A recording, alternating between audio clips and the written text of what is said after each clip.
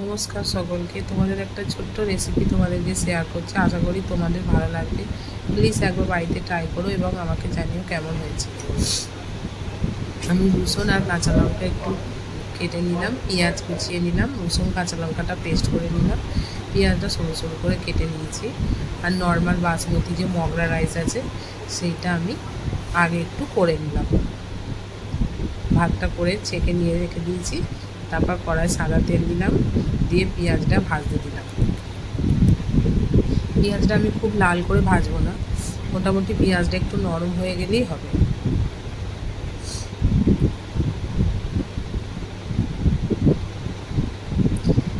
পেঁয়াজটা একটু হালকা ভাজা ভাজা হয়ে গেছে, তখন আমি ওতে দুটো ডিম ফাটিয়ে দিয়ে দিলাম। এটা আসলে মেয়েটা এসে বলছে অন্য কি আজ ঠাকুরের ভোগ ছিল আমাদের, ও ভোগ খেয়েছে, কিন্তু তাও বলছে মা একটু কিছু করে দাও না, ভালো লাগছে না। আমি দাদা তাহলে এইটা মাথায় এলো, যদি তাড়াতাড়ি হয়েও যাবে, ও খেতে ভালো লাগবে বলে। যাও, ডিমটা যখন ওর সাথে দিয়ে ভাজা ভাজা হয়ে গেল, ওতে একটু রসুন আর কাঁচা লঙ্কা দিলাম। যে পেস্টটা রসুন আর কাঁচা লঙ্কা করেছিলাম, শুধু রসুন আর কাঁচা লঙ্কা, আদা দিইনি, ওই পেস্টটা ওতে দিয়ে নেড়ে নিলাম, একটু নুন দিলাম, দিয়ে ভালো করে নেড়ে তারপর আমি রাইসটা দিয়ে দিলাম। দিয়ে এবার রাইসটা দিয়ে একটু ভাজা ভাজা করব।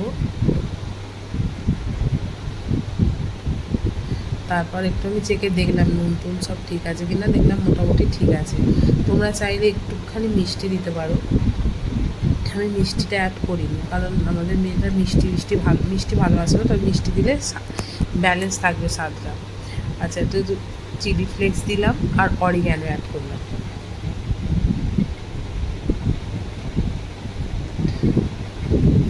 বাস, মোটামুটি আমার রাইস হয়েই গেছে। একটু ভালো করে আরেকটু ফ্রাই করে নেবো।